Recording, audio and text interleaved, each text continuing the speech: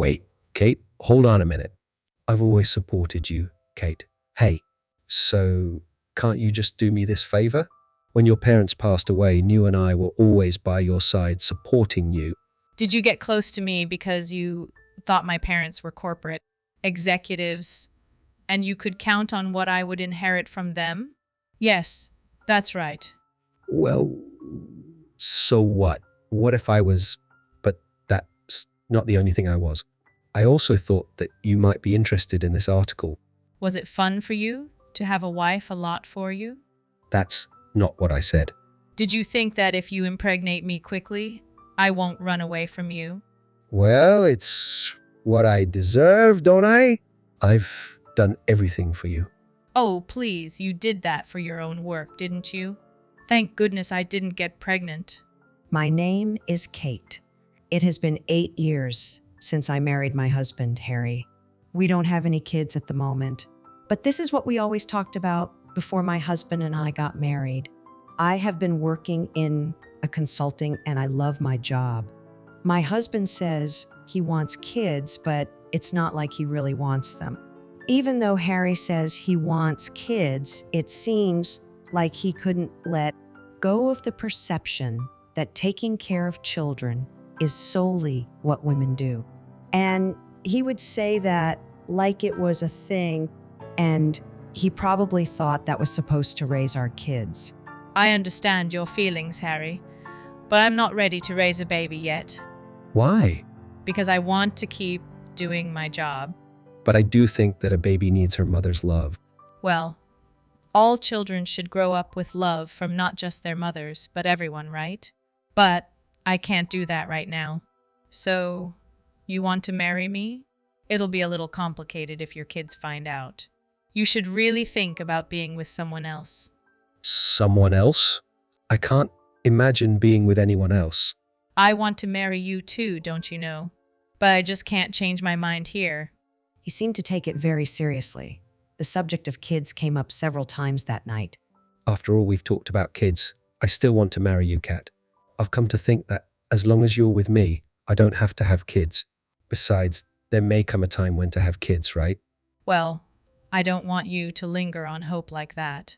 I can't really tell at the moment or not, you know. We talked about the subject over and then we got married. My parents and his parents agreed WW decision, and I think our marriage great. My husband and I first met in college.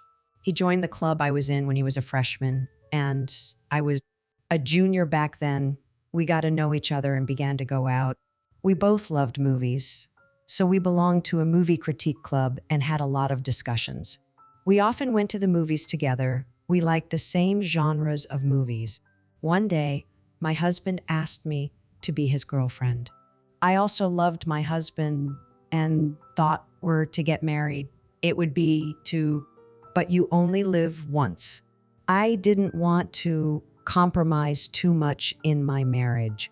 I never told my husband about this, but he said that there might come a time in the future when I would like to have a tattoo. It's not that I don't want children. It's just that now is not the right me. I wanted to devote my time to work, but if I said that, I would just give it to my husband. I felt like I was tricking Harry into thinking he had a chance with me when I said, maybe I will want to go out with you. And I knew I shouldn't do that. 8 years, and we have 2 beautiful children together. We still don't have any kids yet. I was starting to feel like I should stay in my job for another 2 years, build up my performance and skills, and then think about having kids. Of course, I didn't tell my husband this. To give him hopes like this would be to belittle the conclusion. He had made 8 years after discussing it and giving serious thought. For the past 8 years, our marriage has been perfect. But then, one phone call would change my husband and my life forever. It was a call from the police. My parents had been involved in a car accident and were rushed to the hospital. So I rushed to the hospital, but I made it just in time as my parents passed away. When I had dinner at my parents' house before, They were both smiling cheerfully. And even 3 days ago, I was just on with my mother. She sounded great. And yet, there they were, both of them standing in front of me. It was so difficult for me to accept that it had happened to them. It was my husband who stood by me in my grief. After the funeral, although Harry was uncoordinated, he helped around the house for me, who couldn't sleep because of my grief. My mother-in-law, Sarah, also rushed to cook us meals. Seeing this, I felt a little better that I wasn't all alone. But this relationship would be destroyed because of what I would inherit from my parents. Money changes people. I never thought that this would actually happen to me in real life. During the week I was absent from WC bereavement, I was able to live and well. With the support of my husband, Sarah, but I had a job that I had to. I couldn't just lie in bed crying all day. So I got myself together and went to. My colleagues and bosses welcomed me warmly to the company. My direct boss even tried to reduce my workload, but this didn't help me at all. At the moment, I just wanted to get work done and forget about my grief sadness. I asked my boss to increase the number of cases which I could be in charge of. Thanks to this, I was exhausted from work, but my mind seemed to have calmed down. And then one day, I realized that I had been living in a world of my own creation. My husband brought up the subject, one parents. You know, I think it's time to start organizing your parents' things. It seems like things get a lot more complicated after 3 months. I'm really sorry. I really didn't want to bring this up, but I can help you. Oh yeah, you're right. I do have to do it. I'll help you. You seem busy too, Kate. It's okay. I want to do everything for my parents. I meant to say that I couldn't even take care of my own daughter. I want to at least make sure they're well taken care of in the end. See, all right, I understand. If it gets difficult for you, let me, okay? I'll always help you out. Thank you so much. I took my husband's advice and spent some time sorting out my parents' documents and their inheritance. As a result, my parents' inheritance will be about $2 million. After that, I continued to spend my cleaning up my parents' house and through their belongings. I spent a long time cleaning up my house, and it reminded me of many things. I spent my childhood years in this house, but I moved out of it when I went to college. My parents' house is filled with master memories. In the summer, we ate ice cream and garden, and in the winter, we made with the snow. Remembering these things, tears began to well up again. I wish I could raise my kids here. I mumbled these words to myself. It was a moment where the thought on kids had greatly changed in my mind. I won't hesitate anymore. I'll make sure to tell my husband all about it. I went home with this thought in mind. It turned out my husband and I ended up divorcing without ever discussing whether we wanted children or not. I felt like I had missed out on something important. When I returned home, my husband was waiting for me. Welcome home. Thanks. I'm back home. You know. Hey, did your parents' inheritance get transferred to you today, Kate? Excuse me? Well, I mean, you were talking to Son, who's from the bank the other day. You were listening to the conversation. Oh, yeah. I could hear it, you know. There's no way Harry could hear. When I was on the phone, I was in my closet, which was in my study room at time. I was picking out clothes when the bank called me and we talked on the phone. So there was no way I could have heard the conversation unless you left a message. Harry and I each have our own study, and we rarely go into each other's studies. But if he heard my conversation, that meant that my husband had been listening in on me. I was feeling so happy just now. It's planned that you'd inherit $2 million, right? What? I didn't tell you about that, right? Oh, no. I saw a written memo which was lying on the floor a few days ago. He's lying. I did write it as a memo, but that memo was written on my schedule planner. So that means that Harry actually went through my stuff to see it. I didn't receive it yet. Really? Well, you see, I have a lot of work right now, so I don't have time to receive it. See, My husband didn't ask any more questions other than that, but he seemed somewhat restless. It is not possible for Harry to be my parents' inheritance. He was the one who tenderly cared if I was grieving. Of course, that would never happen. That's what I kept on saying to myself. But the next day, what I had thought was completely different because Kate and her husband, John, and I found out their true nature. I'm home. Oh, welcome home, Kate. Sarah, I'm so sorry to hear about your loss. Please let me know if there's anything we can do to help you during this difficult time. And John, too, you were all here. Yes, because today is a celebration. What are we celebrating for? oh mother, come on, wait a minute. I told you that Kate has not received her inheritance yet. But isn't it already decided that oh, then that's good, right? What are you all talking about? Oh my God. Harry didn't tell you. We're going to rebuild our house.